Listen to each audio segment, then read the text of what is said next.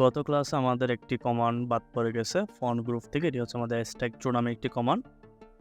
এই স্ট্রাইকথ্রু কমান্ডটা কী করে থাকে, এটা আমাদের লেখার মাঝখান দিয়ে কেটে দেয়। যেমন আমরা যখন আমাদের লেখার সময় খাতায় যখন লেখার সময় কোনো কিছু ভুল হয়, আমরা যখন একটানে কেটে দিই, ঠিক একইভাবে এখানে আমি কোনো একটা লেখা সিলেক্ট করে জাস্ট একটানে কেটে দিতে পারবো।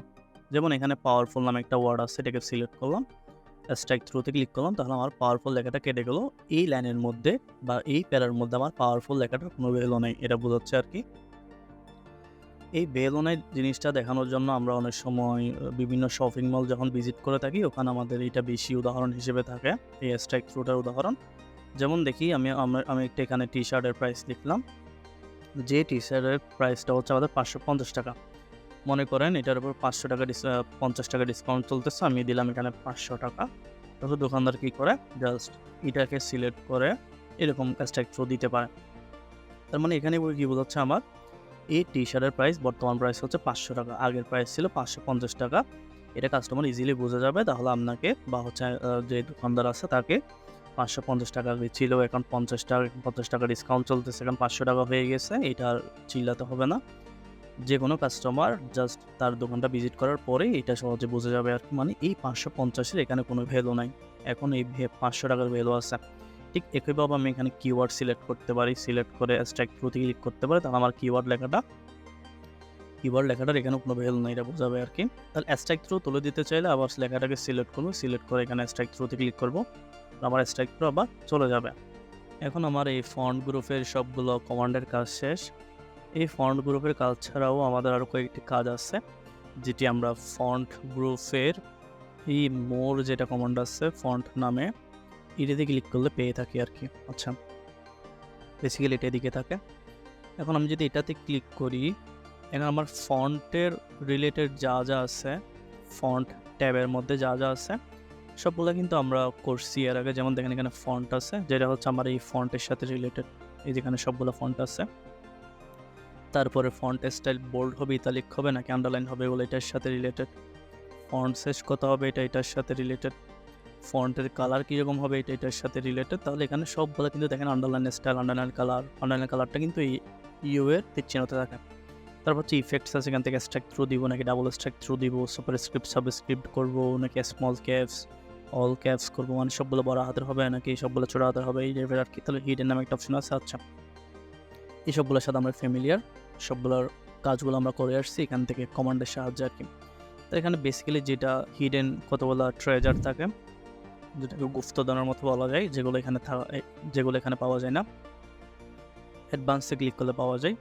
আচ্ছা, অ্যাডভান্সে ক্লিক করলাম, তাহলে এখান থেকে প্রথমে আসা হচ্ছে ক্যারেক্টার স্পেসিং। ক্যারেক্টার স্পেসিংয়ের কাজটা হচ্ছে আমার এই যে আমার যেগুলো আমি লেখা লিখছি, এখানে প্রতিটা অক্ষরের মাঝখানে কতটুকু দূরত্ব থাকবে এটাই, বা হচ্ছে কতটুকু স্কেল হবে এটাই। যেমন আমি যদি এখান থেকে লিওনেল মেসি যেটা আছে এটাকে সিলেক্ট করি, তীর চিহ্নে ক্লিক করি, স্কেল এখন 100% আছে, যেটা নর্মালি থাকে 100%। এটাকে যদি আমি 200% করি, তাহলে এখানে প্রিভিউতে দেখা যাচ্ছে এটা একেবারে স্কেল হয়ে যাবে এরকম। ওকে, তাহলে দেখেন কীরকম স্কেল হয়ে গেছে, 200% স্কেল হয়ে গেছে এটা। আবার ক্লিক করি, এখান থেকে আমি যদি এটাকে 50% স্কেল করি, তাহলে একদম চিকন হয়ে যাবে, এই টাইপের হয়ে যাবে আর। তাহলে এবারটা যদি প্রয়োজন হয় আপনি করতে পারেন, না হলে নর্মালি 100% রাখতে পারেন, এইভাবে থাকবে, এই যেভাবে থাকবে। তারপরে হচ্ছে আমাদের স্পেসিং বলতে আমরা প্রতিটা অক্ষরের দূরত্ব কতটুকু হবে, একটা অক্ষরের সাথে একটা অক্ষরের দূরত্ব কতটুকু হবে। এখন নর্মালি আছে, নর্মালভাবে আমরা যেভাবে লিখি ভাবে আছে। আপনি নর্মালি ক্লিক করার পর এটাকে যদি এক্সপান্ডেড করেন, তাহলে দেখেন এখানে হালকা দূরত্ব বেড়ে গেছে, এবং কত পার্সেন্ট বাড়ছে, 1 পয়েন্ট করে বাড়ছে। আমি এখান থেকে যদি পয়েন্ট বাড়াইতে থাকি, এখানে প্রিভিউ থেকে রাখেন, এখানে কিন্তু পয়েন্ট বাড়তেছে। আমি এখান থেকে একেবারে এখানে লিখিয়ে দিই সরাসরি 5 পয়েন্ট, বাইরে ক্লিক করি। ওকে, এটা দেখেন আমার প্রতিটা অক্ষরের মধ্যে অনেকটা দূরত্ব হয়ে গেছে। তাহলে এটা 5 পয়েন্ট হলে বেশি হয়ে যায়, আমি এখান থেকে এটাকে 3 পয়েন্ট করি, তাহলে এখানে অনেকটা ঠিক আছে। সেমভাবে আপনি এটাকে কনডেন্স তো করতে পারবেন। কনডেন্স বলতে আপনার একটা অক্ষরের সাথে একটা অক্ষর লেগে যাওয়া আর কি, এটা করতে পারবেন। এই যে 3 পয়েন্ট করে আমি কি করতেছি, কনডেন্স করতেছি, তাহলে একটা অক্ষরের সাথে একেবারে ঘেঁষাঘেঁষি অবস্থা হয়ে গেছে। আচ্ছা, এটাকে আমি এখন নর্মাল করে দিই।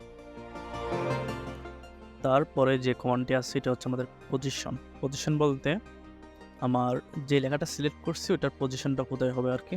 আচ্ছা, এখান থেকে আমি যেটা গ্রেটেস্ট আছে এটাকে আমি যাচ্ছি গ্রেটেস্ট যে লাইনে আছে এই লাইন বরাবর তো আছে গ্রেটেস্ট, এই গ্রেটেস্টের লাইনের একটু উপরে উঠে যাবে অথবা একটু নিচে নেমে যাবে। এটা যদি করতে চাই তাহলে আমি এটা এখান থেকে পজিশন আকারে করতে পারি আর কি। তাহলে আপনাদের মাথায় আরেকটা প্রশ্ন আসতে পারে, এটা তো আমি চাইলে সুপারস্ক্রিপ্ট দিয়ে করতে পারি, না হলে আমি সাবস্ক্রিপ্ট দিয়ে করতে পারি, কিন্তু সাবস্ক্রিপ্ট দিয়ে করলে কি হয়, লেখাটা ছোট হয়ে যায়, এই যে অনেকটা ছোট হয়ে যায় লেখাটা। তাহলে আমি চাচ্ছি কি আমার লেখা যতটুকু আছে ততটুকু থাকবে, জাস্ট যতটুকু সিলেক্ট করছি ওই লেখাটা বা ওই নির্দিষ্ট অংশটা ওই লাইন বরাবর একটু পরে অথবা একটু নিচে নেমে যাবে। তাহলে এটা হচ্ছে আমি এখানে ক্লিক করে অ্যাডভান্সে ক্লিক করে পজিশন দেখে করতে পারি। এখন নর্মাল আছে, নর্মাল বলতে আপনার লাইন বরাবর আছে। পজিশনে ক্লিক করে রেস্ট মানে হচ্ছে উপর ওঠা, রেস্টে ক্লিক করব, কত পয়েন্ট উপর উঠবে আমি দিলাম এখানে 5 পয়েন্ট উপর উঠবে সে। ওকে, তাহলে দেখেন আমার লাইনের একটু উপর উঠে গেছে। সেমভাবে এর বিপরীতভাবে আপনার লোয়ার যেটা আছে এটা কাজ করে থাকে, এটাতে ক্লিক করবেন, কত পার্সেন্ট লোয়ার হবে আমি দিলাম 3 পয়েন্ট লোয়ার হবে সে। ওকে, তাহলে এটা এইভাবে করা হয় আর কি। তাহলে সেম এটি আমাদের 2007 ভার্সন যেটি ওয়ার্ড ফাইল আছে সেটাতেও আছে। এখানে ক্লিক করবেন, এই যে ক্যারেক্টার স্পেসিং ফন্টে যা যা কাজ, ক্যারেক্টার স্পেসিংয়ে যা যা কাজ সবগুলো এখানে আছে।